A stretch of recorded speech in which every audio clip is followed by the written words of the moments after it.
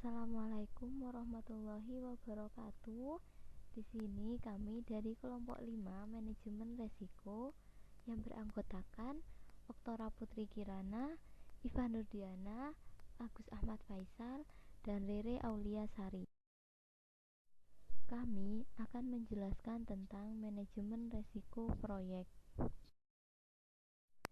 Yang pertama ada definisi resiko. Resiko merupakan kombinasi dari probabilitas suatu kejadian dan konsekuensi dari kejadian tersebut. Risk exposure yaitu risk likelihood dikali risk impact, di mana risk exposure atau value yaitu tingkat kepentingan risiko, risk likelihood yaitu probabilitas terjadinya risiko, dan risk impact yaitu dampak bila terjadinya risiko. Proses manajemen risiko. Perencanaan manajemen risiko yang pertama, identifikasi risiko, yang kedua, analisis risiko kualitatif, yang ketiga, analisis risiko kuantitatif, yang keempat, perencanaan respon risiko, dan yang kelima, pengendalian dan monitoring risiko.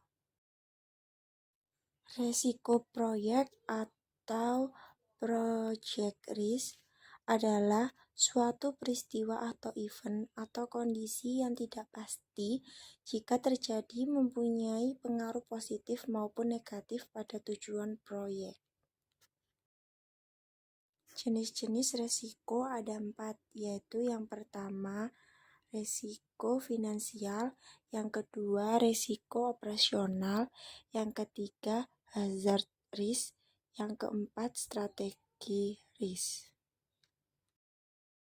Identifikasi risiko, menentukan risiko-risiko yang mempengaruhi proyek dan mendokumentasikan karakteristiknya. Peserta yang terlibat, manajer proyek, anggota tim proyek, anggota manajemen risiko, ahli teknis di luar tim proyek, customer and user, dan ahli manajemen. Risiko merupakan proses literatif karena risiko-risiko baru mungkin diketahui sebagai kemajuan proyek melalui siklus hidupnya. Identifikasi risiko terdiri dari 3. Yang pertama input, yang terdiri dari faktor lingkungan, aset proses organisasi, pernyataan ruang lingkup proyek, rencana manajemen proyek, dan rencana manajemen risiko. Yang kedua teknik, yang terdiri dari documentation review, brainstorming, DLP, interview, root cause identification, SWOT, dan analisis checklist. Dan yang terakhir output, yang terdiri dari risk register, daftar risiko teridentifikasi, daftar respon potensial, risiko akar penyebab, dan kategori risiko yang update. Analisis risiko kualitatif. Menilai prioritas risiko teridentifikasi merupakan peluang terjadinya dan dampaknya terhadap tujuan proyek bila risiko itu terjadi. Menilai faktor-faktor lain seperti kerangka waktu dan toleransi risiko dari kendala biaya, jadwal, ruang lingkup, dan mutu.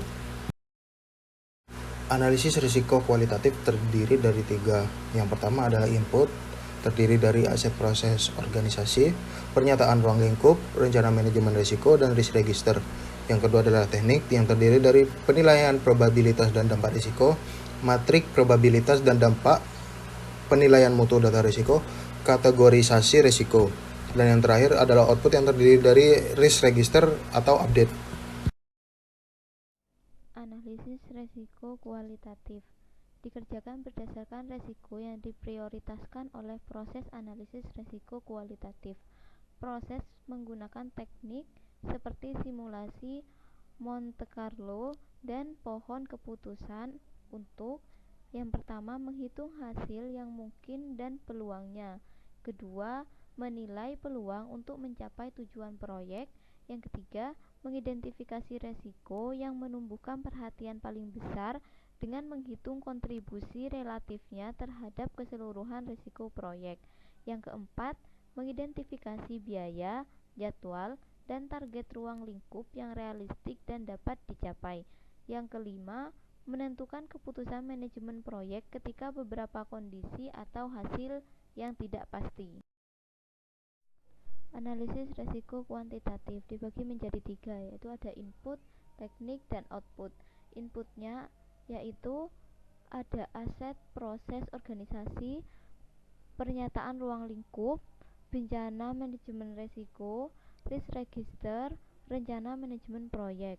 Sedangkan tekniknya data gathering yang terdiri dari interviewing, probability distribution, expert judgment, kuantitatif teknik. Ada analisis sensitivitas, analisis expect, monetary value, pohon keputusan, modeling, dan simulasi.